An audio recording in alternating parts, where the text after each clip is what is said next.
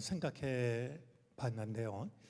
우리 제 생각, 내 마음이 그래서 그런가 그러면서 드는 생각이, 왜 이렇게 할렐루야 찬양대가 찬양을 드릴 때면 그 찬양 소리가 힘차게 들리는 걸까? 제가 여기 서서 생각해 보니까 내가 가까이서 들어서 그러나 그런 생각이 안 드는 것은 아니지만 저는 단순히 그렇지만은 않다라는 생각이 듭니다. 무엇보다 마음에서 우러나는 찬양을 드리고 있어서 찬양이 어느 찬양보다도 더 힘차게 들린다라는 그런 생각입니다. 공감하지 않으십니까? 예, 오늘 밖에는 비가 내리고 있는데 찬양을 통한 은혜 다시 한번 감사드리고 우리의 메마른 마음에도 은혜의 단비가, 말씀의 단비가 내렸으면 좋겠습니다. 우리 할렐루야 찬양대 늘 건강하셔서 이처럼 귀한 찬양 우리에게 오래도록 들려주시도록 오늘도 고마운 마음을 담아서 우리 한번 박수 보내도록 하겠습니다. 고맙습니다. 자, 오늘부터 이제 7 교회에 보낸 편지 우리가 말씀을 나누게 되었는데요. 이제 7 교회에 보낸 편지들을 보면 몇 가지 공통점이 있습니다. 이제 이 편지를 보내시는 분이 예수 그리스도가 어떤 분이신지를 이제 7 편지에는 각각 기록을 하고 있습니다. 이 사실은 우리에게 한 가지 사실을 떠올리게 합니다. 주님은 동일하신 분이시지만 교회마다 다른 모습으로, 다른 의미로 찾아가십니다. 이 사실은 그 교회가 어떤 문제가 있는지, 어떤 아픔이 있는지 이것을 주님이 알고 계시다라고 하는 것을 의미합니다. 그러니까 주님이 한 분이시기 때문에 늘 똑같은 모습으로 찾아가시는 것이 아니라 그 교회의 문제를 아시는 주님께서는 그 문제에 대한 가장 좋은 대답으로 찾아가신다라는 것이죠. 이 주님은 우리 한 사람 한 사람에게도 마찬가지일 겁니다. 주님은 동일하신 분이지만 오늘 우리들의 문제, 우리들의 아픔, 그것을 아시고서는 우리에게 꼭 필요하신 모습으로 우리를 찾아오시는 것이죠. 자, 또한 이 주님은 교회와 교인들을 점검하십니다. 그래서 이제 그들이 잘하고 있는 것이 무엇인지, 잘못하고 있는 것이 무엇인지를 말씀하시죠. 잘한 것에 대해서는 칭찬을 하시고 잘못하고 있는 것에 대해서는 책망을 하십니다. 그런 뒤에 주님은 중요한 약속을 하십니다. 주님의 말씀을 따를 때 어떤 것이 이루어질지를 일러주고 계십니다. 자, 그러시면서 마지막으로 촉구하고 있는 것이 있는데요. 귀 있는 자는 성령이 교회들에게 하시는 말씀을 들을지어다. 이제 공통된 촉구를 하고 계신 것을 우리는 7 교회에 보낸 편지를 통해서 만나게 됩니다. 이제 이런 7 교회에 보낸 편지마다 이와 같은 내용으로 이루어지고 있다라고 하는 것을 염두에 두시고 말씀을 생각하는 것이 필요하겠습니다. 자, 가장 먼저 보낸 편지는 에베소 교회에 보낸 편지입니다. 참고로 먼저 말씀을 드리면 이 7 교회는요, 이제 교회의 규모 순서도 아니고 교회의 창립 순서도 아닙니다.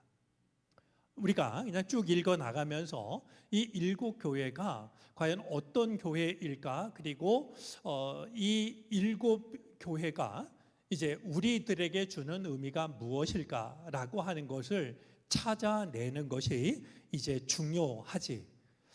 이 일곱 교회의 순서가 교회의 교인 수라든지 예산 순이라든지 이건 사람의 생각일 뿐 결코 이 일곱 교회의 순서는 교회의 규모 순서도 아니고 창립 역사 순서도 아니다라고 하는 것 우리가 기억하면서 에베소 교회에 보낸 편지를 우리가 함께 살펴보도록 하겠습니다. 자, 이 에베소라고 하는 지역은요, 로마가 다스리는 지역에 있어서 세 번째로 큰 도시였습니다. 그리고 로마가 다스리는 아시아주의 수도에 해당이 되었습니다. 사도행전 19장에 의하면 아데미 신전으로 유명했던 도시가 바로 에베소였었고, 또한 황제 숭배가 이제 극에 달했던 곳이, 황제 숭배로 이제 유명했던 곳이 바로 에베소 교회였던 겁니다. 이 에베소의 교회가 세워졌던 것은요, 바울이 2차 전도 여행을 하던 중 돌아가는 길에 들러서 브리스길라와 아굴라를 남기게 되는데, 그것이 바로 교회의 시작이 됩니다. 3차 전도 여행을 마치고 예루살렘으로 돌아가려고 밀레도에서 이 바울이 배를 타기 전에 에베소의 장로들과 석별의 정을 나누는 장면이 사도행전 20장에 담겨져 있습니다. 우리 20장 37절 38절 보면은요, 이 바울이 이제 예루살렘으로 돌아가려고 이 에베소를 떠나게 될 때, 그때 어떤 일이 있었냐 하면 모두가 실컷 울고서 바울의 목을 끌어안고 입을 맞추었다. 그들을 가장 마음 아프게 한 것은 다시는 자기의 얼굴을 볼 수 없으리라고 한 바울의 말이었다. 그들은 배 타는 곳까지 바울을 배웅하였다. 바울이 예루살렘으로 떠나가면서 내가 이제는 여러분들을 다시는 못 볼 것 같습니다, 이렇게 이야기를 하자 바울로부터 이제 믿음을 배웠던, 믿음을 받아들였던, 그리고 바울을 존경하고 사랑하던 이 에베소 교회의 장로들이 목을 끌어안고 함께 우는 이런 모습이 있는데, 바로 이것이 이제 바울로 인하여서 세워지게 된 에베소 교회의 모습이었던 것이죠. 자, 우리 에베소 교회에 보낸 편지를 하나씩 편지의 내용을 하나씩 살펴보도록 하겠습니다. 자, 에베소 교회의 심부름꾼에게 이렇게 써 보내라 라고 시작이 됩니다. 자, 에베소 교회의 심부름꾼에게 말했는데요, 이전 성경에는 사자들에게 이렇게 번역을 했던 말씀입니다. 여러분 생각해 보면 우리 교인들은요, 교회의 사자이자 심부름꾼일 수 있습니다. 우리가 교회에 주인 의식을 갖는 것은 참 중요한데요, 주인 노릇만 해서는 안 됩니다. 진정한 의미에 있어서 우리는 교회의 심부름꾼들입니다. 심부름꾼은 주인이 그에게 맡긴 것을 그대로 이루는 사람 아니겠습니까? 내가 생각하고 내가 판단하는 것이 아니라 맡겨진 일을 맡겨진 대로 하는 사람이 심부름꾼입니다.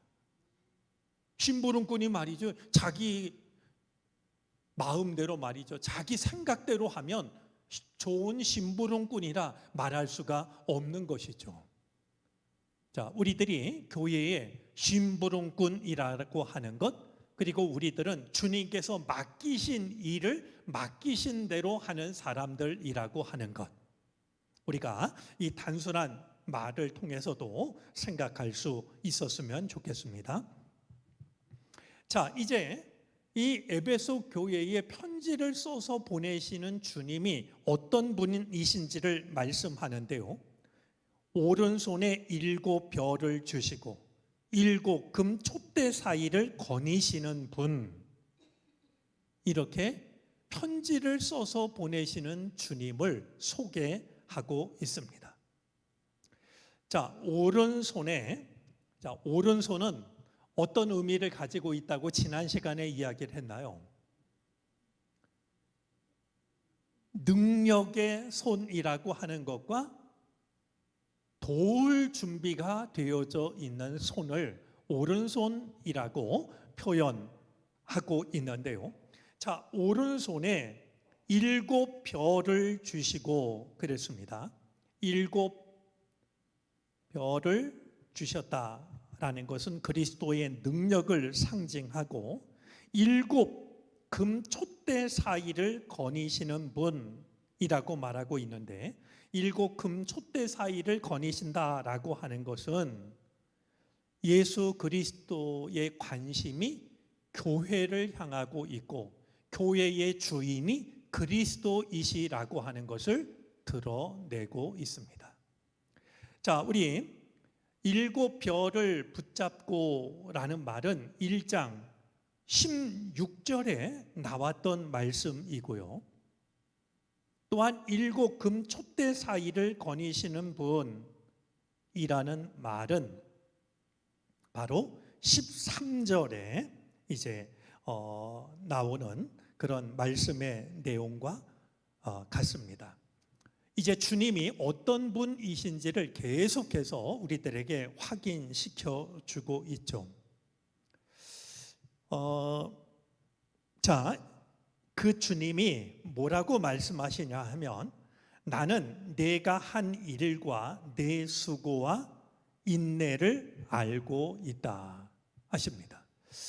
우리 지금 성경대로 하면 내가 한 일, 내 수고와 인내, 이렇게 세 가지를 알고 있다라고 말씀하시는 것으로 여겨집니다만, 이렇게 이해할 수가 있는 말입니다. 나는 내가 한 일, 즉 너의 수고와 너의 인내를 알고 있다. 이렇게 이해를 하는 것이 이제 본래의 말씀에 가깝습니다. 그러니까 주님은 이 에베소 교회의 교인들이 한 일을 알고 있는데, 그 일은 무엇이냐 하면 수고와 인내라고 하는 겁니다. 자, 수고라고 하는 것은 그 어떤 의미가 있냐면 피지땀을 흘리면서 전심전력을 다하는 것, 그냥 뭐 맡겨진 의무를 이렇게 감당하는 게 아니고요, 전심전력을 다하느라고 피지땀을 흘리는 것, 이게 이제 수고라는 말의 의미입니다. 제가 이렇게 목회를 하면서 참 고맙게 여겨지는 분들이 있는데요, 의무 이상의 일을 마음으로 감당하는 분들이 저는 참 고맙습니다. 그러니까 의무를 그냥 겨우 감당하고 이런 게 아니고요, 의무를 의무라고 여기지 않고 그 이상의 것을 기쁨으로 감당하는 말이죠. 지금 에베소 교회, 나는 너희들이 한 일을 알고 있다, 행위를 알고 있다라고 하면서 먼저 수고를 말씀하시는데, 이 수고가 바로 그런 의미를 가지고 있는 겁니다. 정말 땀을 흘리면서 전심전력을 다하는. 자, 그런데 주님은 이 수고만 아시는 것이 아니라 또 한 가지 뭘 아십니까? 인내를 아십니다. 여러분, 이것이 굉장히 중요합니다. 왜냐하면 수고는요, 겉으로 드러납니다. 그런데 인내는 마음속에 있습니다. 내가 뭘 참는지, 내가 무엇을 견디는지는 사람 눈에는 보이지 않습니다. 수고하는 일은 사람 눈에 보여요. 얼마나 땀을 흘리면서 정말 성심성의껏 일하는지 사람 눈으로 확인이 되죠. 그런데 인내는요, 참고 견디는 것은 사람 눈에 보이질 않아요. 누구 눈에 보일까요? 주님 눈에 보이는 거예요. 내가 이렇게 참고 견디는 것을 누가 알까? 때로는 서운하기도 하고, 때로는 속상하기도 하고, 때로는 지치기도 하고, 그러나 잊어버리지 마시기를 바랍니다. 주님은 내가 견디는 나의 인내를 주님은 알고 계십니다.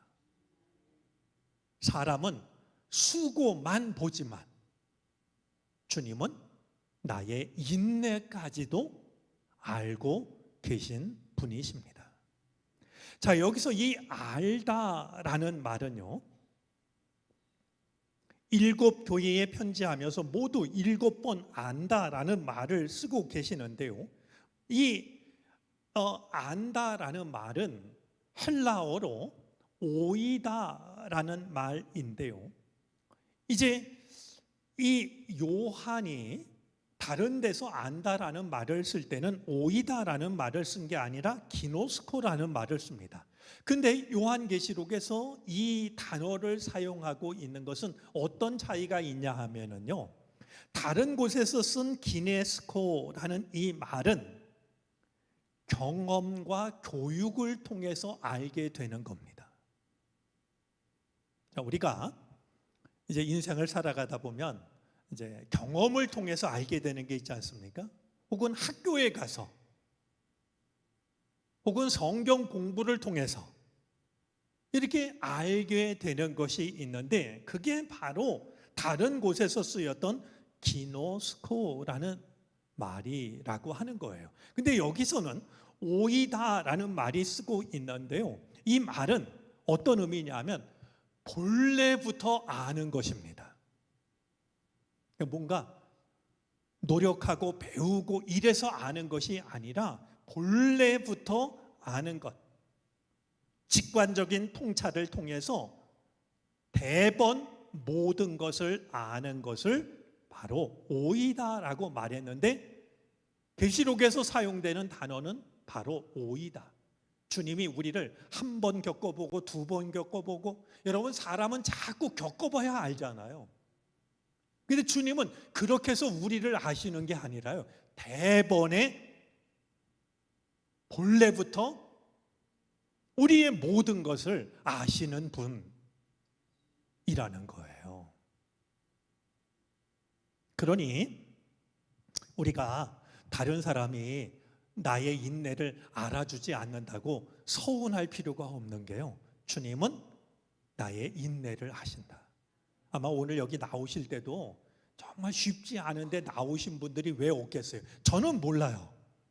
오늘도 교회 오셨구나 이렇게 생각을 하지만, 주님은 얼마나 몸이 괴로운데, 얼마나 마음이 아픈데, 그럼에도 불구하고 내가 이 자리에 나온 것을 우리 주님은 처음부터 다 아시는 거예요.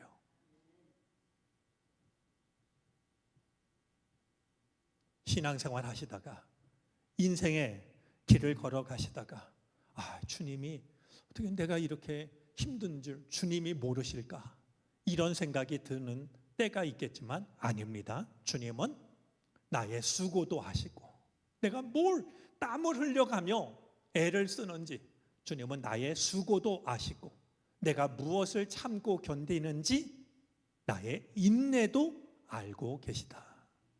이것이 큰 위로와 용기가 되어질 수 있기를 바랍니다. 자, 그러면 주님이 아시는 것 중에 뭐가 있냐 하면 수고와 인내를 아시는데요, 그 인내 중에는 어떤 것이 있냐 하면 3절 말씀을 보면은요, 너는 참고 내 이름을 위하여 고난을 견디어냈으며 낙심한 적이 없다. 주님이 아시는 인내는 무엇이냐 하면 참고 주님의 이름을 위하여 고난을 견디어내며 낙심한 적이 없는 말이죠.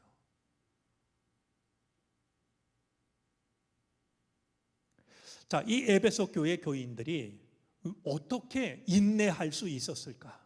어떻게 참을 수 있었을까? 어떻게 견딜 수 있었을까? 3절 말씀을 보니까 주님의 이름을 위하여였습니다. 나를 위해서 참았던 것이 아니고요.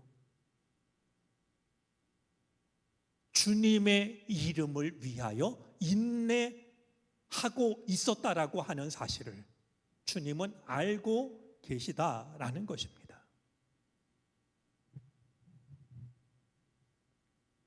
우리 마가복음 13장 13절 말씀을 한번 같이 읽어보도록 하겠습니다. 읽어주시겠습니까?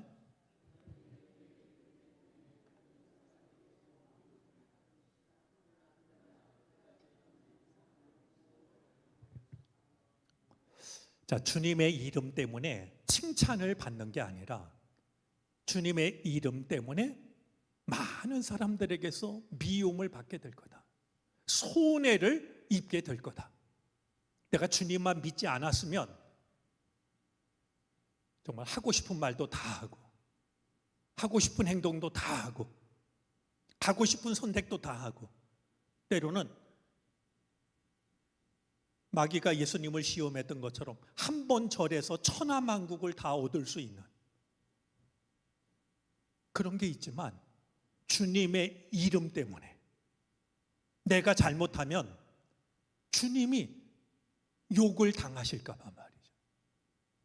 주님의 이름 때문에 내가 참는 거예요.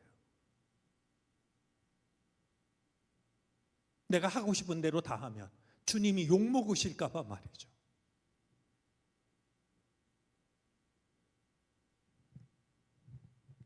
제가 별을 보며라는 시를 소개해 드린 적이 있는데 이런 내용이에요.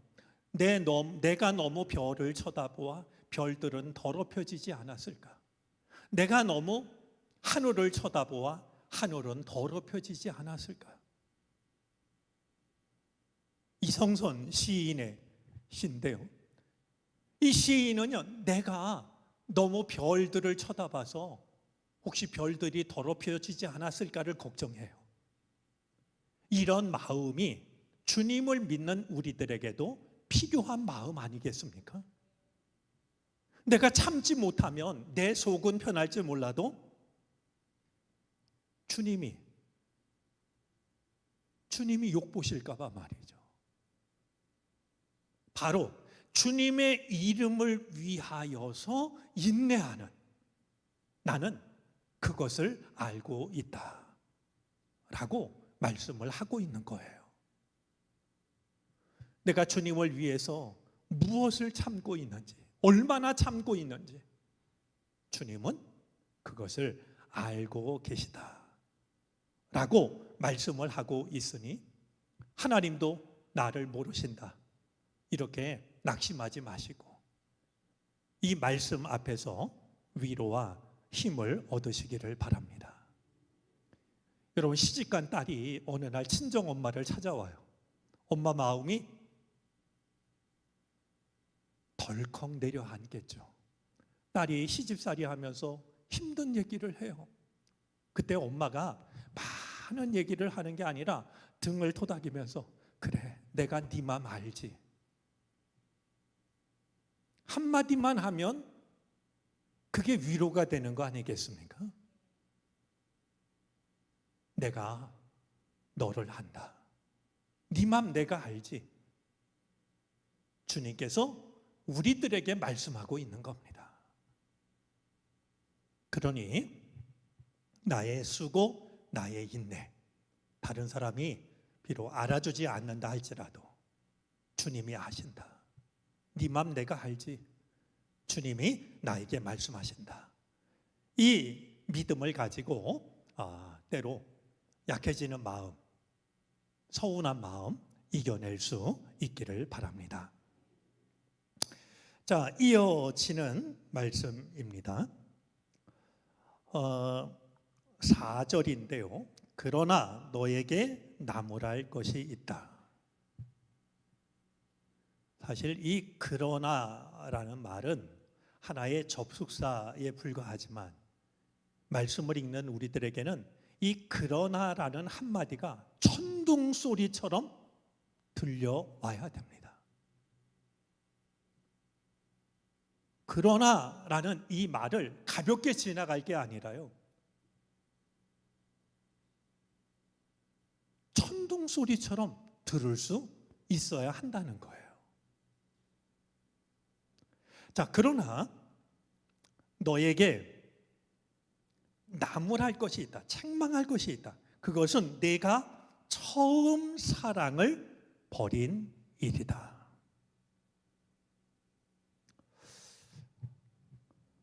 사실 처음 사랑, 첫사랑을 생각하면 얼마나 풋풋합니까? 생각만 해도 가슴이 뛰고, 그렇죠? 얼굴만 봐도 괜히 내 얼굴이 화끈거리고, 그러다가 손만 잡아도 전기가 온몸을 흐르는 것 같고 말이죠. 처음 사랑의 의미를 우리는 잘 알고 있습니다. 그런데 이 에베소 교회가요, 처음 사랑을 버렸다라고, 처음 사랑을 잃어버렸다라고 주님으로부터 책망을 받고 있습니다.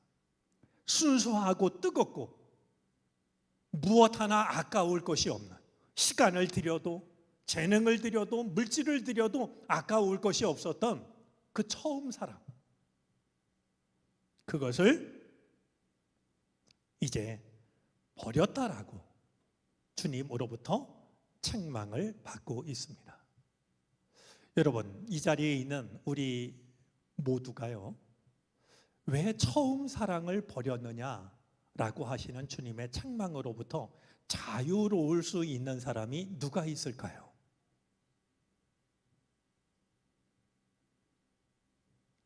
정말 눈이 수북히 쌓인 그런 바위 앞에서 말이죠, 뜨거운 눈물로 내 앞에 있는 눈을 녹였던 그 추운 겨울밤 나무로 된 허름한 예배당에서 밤을 새워 기도했던, 코에서 코피가 나도록 힘이 들어도 주님의 일을 내가 하고 있다라고 하는 기쁨이 넘쳤던, 왜 처음 사랑을 버렸느냐? 에베소 교회 심부름꾼들에게, 에베소 교회 교인들에게만 주시는 말씀이 아니라 오늘 나에게 주시는, 너의 처음 사랑은 어디 있느냐라고 물으시는 말이죠. 주님의 질문이 되어져야 할 것입니다. 마태복음 24장 12절 말씀을 한번 살펴보겠습니다. 자, 마지막 때 어떤 일이 일어날 것인지를 주님이 말씀하면서 그 중에 한 가지로 말씀하고 있는데요, 우리 한번 읽어주시겠습니까?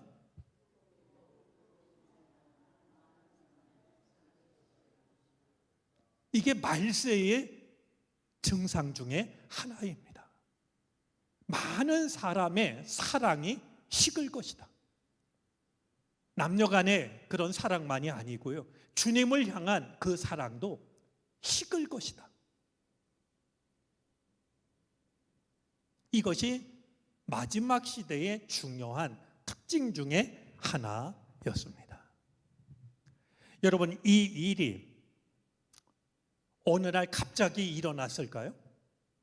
처음 사랑을 잃어버린 이 일이 어제까지는 괜찮았는데 오늘 그렇게 된 것일까요? 중요한 것은요, 처음 사랑을 잃어버리는 이 일은 내가 알아차리지 못하도록 서서히 일어났다라는 사실입니다. 첫사랑은 그것을 잃어버리는 사람이 깜짝 놀랄 만큼 한순간에 나타나는 게 아니라 전혀 눈치채지 못하도록 조금씩 나타납니다.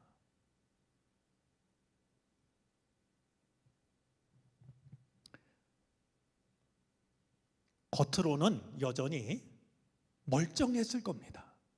교인들의 신앙도 멀쩡하고 교회의 신앙도 멀쩡했을 겁니다. 그런데 주님이 보실 때는요, 에베소 교회 교인들은 처음 사랑을 버린 상태였습니다. 모양은 갖고 있는데.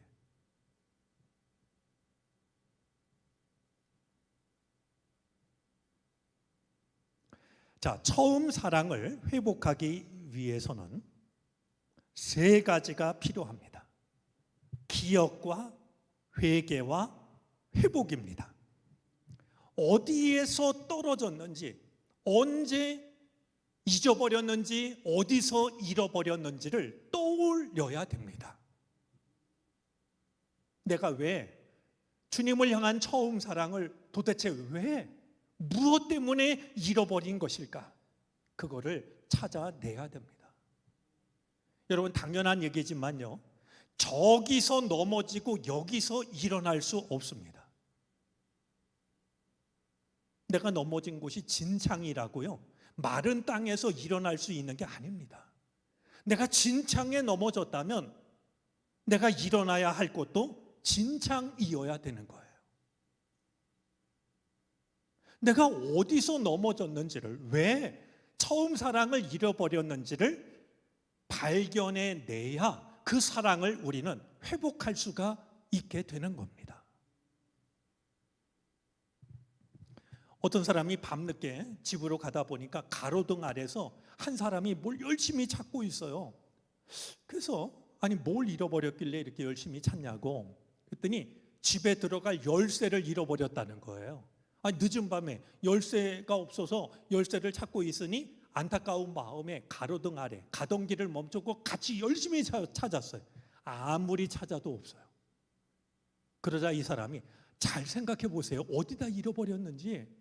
그러자 이 먼저 열쇠를 잃어버린 이 사람이요, 사실은 저기다 잃어버렸습니다. 캄캄한 골목을 가리키는 거예요. 기가 막혀갖고 아니 근데 왜 여기서 열쇠를 찾고 있냐고 그랬더니 여기가 환해서 찾기 쉬울 것 같아서. 이 말이 안 되는 얘기잖아요.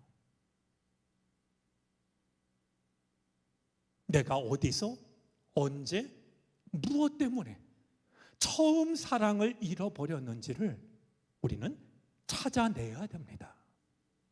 그런 뒤에 회개해야 합니다.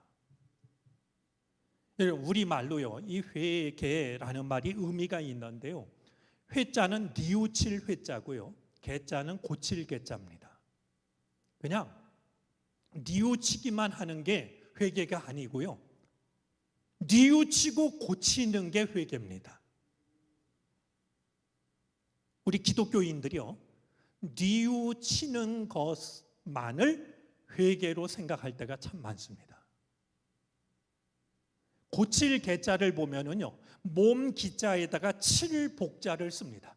내가 나에게 회초리로 때리는 게 이게 고칠 개자입니다.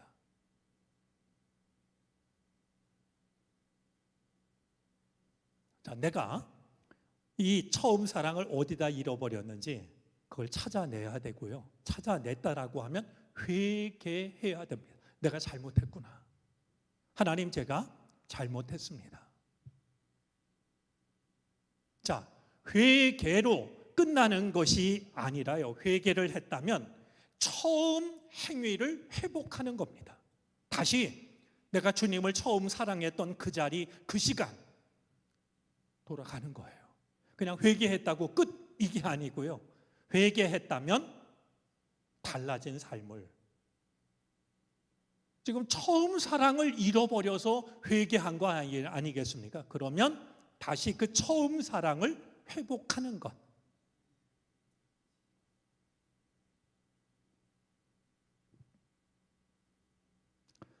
누가 그러더군요. 지옥은 차차 하다가 아차차 하는 곳이라고 말이죠. 내가 차차 해야지 하다가 어느 날 아차차 뒤늦게 후회하는 곳이 지옥이라고 그래요.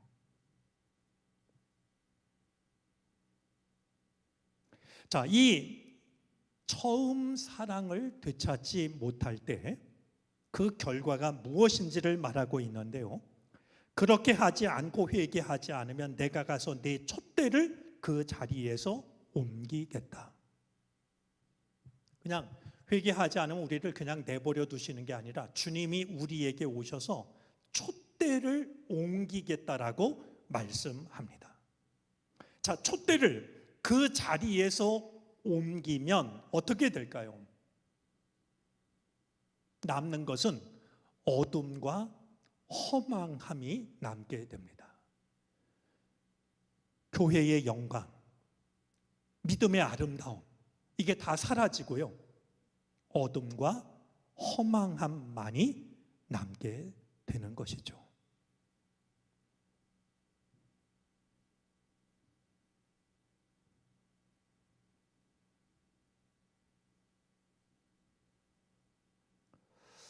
영의 근원 하나님의 영광이 사라짐으로 말미암아 빈 껍데기만 남게 되는 겁니다. 자, 이제 7 교회에 한결같이 하시는 말씀이 있는데요. 오늘 7절도 그것을 일러줍니다. 귀가 있는 사람은 성령이 교회들에게 하시는 말씀을 들어라. 여러분, 시대는 바뀌어도 교회에 불변하는 것이 2가지가 있습니다. 그러니까 나라와 민족이 다르고 시대가 달라도요, 모든 교회에 불변하는 것 2가지. 하나는 주님이 말씀하신다는 사실이고요, 우리가 듣는다는 사실입니다.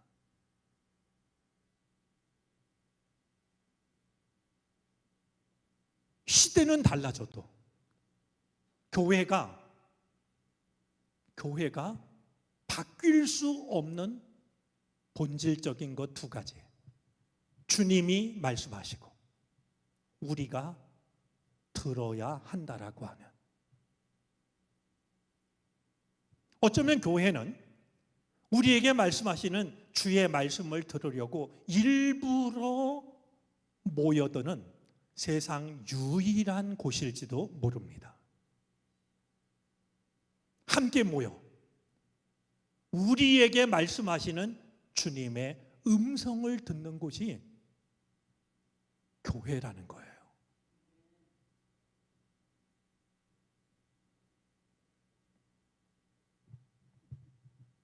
자, 받았던 칭찬 중에 니골라 당을 분별하고, 니골라 그들이 거짓말쟁이임을 밝혀내는 이런 내용이 있는데, 우리 니골라 당은 다음에 다시 한번 나오니까 그때 가서 하도록 하겠고요. 우리 마지막 절 7절 말씀 다시 보겠습니다. 이기는 사람에게는 내가 하나님의 낙원에 있는 생명나무의 열매를 주어서 먹게 하겠다.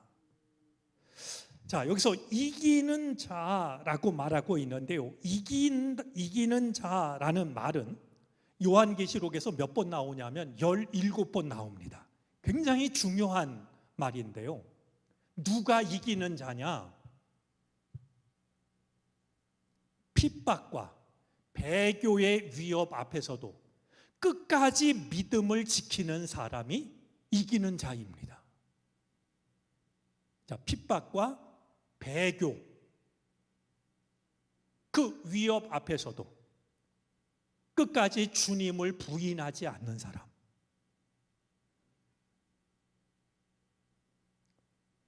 핍박과 배교는 이 시대는 아마 다른 의미를 가질 겁니다. 우리들의 신앙을 가로막고 있는 여러 가지 현실들이 있지 않겠습니까? 그럼에도 불구하고 끝까지 주님을 부인하지 않는 그 사람이 바로 이기는 사람이 되는데요, 이기는 사람은 어떤 복을 받냐 하면 하나님의 낙원에 있는 생명나무의 열매를 주어서 먹게 하는 복을 받게 됩니다. 여러분, 우리 계시록 22장을 한번 찾아보시겠습니까?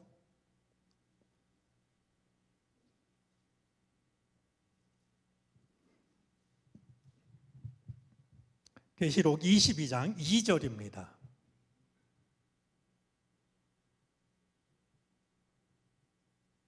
계시록 22장 2절 말씀, 우리 한번 같이 읽어 보실까요? 도시의 넓은 거리 한가운데를 흘렀습니다.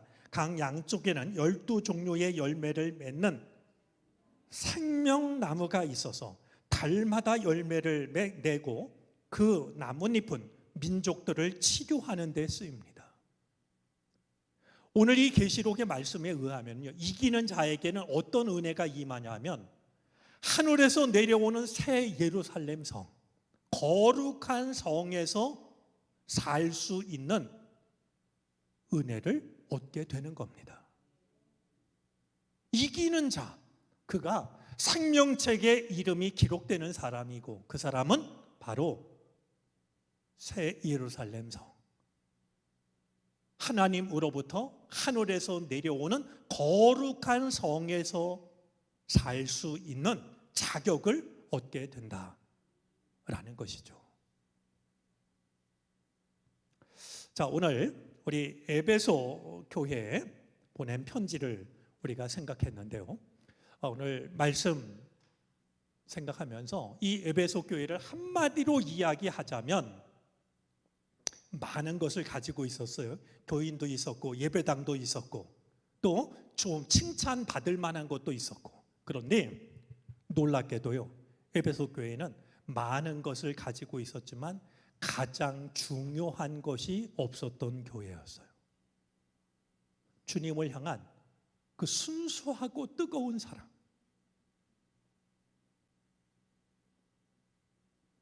많은 것을 가지고 있었지만 가장 중요한 것이 사라져버린, 잃어버린 그런 점에서 우리들의 신앙과 우리 정릉교회가 많은 것을 갖고 있지만 우리 밖에서 손님들이 정릉교회 와서 예배드리면 그냥 너무 예배드리는 분위기도 좋고 예배당도 참 훌륭하고 많은 걸 좋게 얘기해요. 그런데 우리 안에 주님 향한 사랑이 빠져 있다면 우리도 에베소 교회와 다르게 얻게 되고 맙니다. 그러니 많은 것을 가지고 있지만 가장 중요한 게 빠져버린 오늘 에베소 교회를 우리가 대하면서 우리에게 정말 중요한 것은 가장 중요한 것을 회복하는 것이다, 지키는 것이다. 그래서 세상 속에서 이기는 자가 되는 것이다 마음에 두고 이 길을 걸어갈 수 있는 우리 모두가 되어질 수 있기를 바랍니다.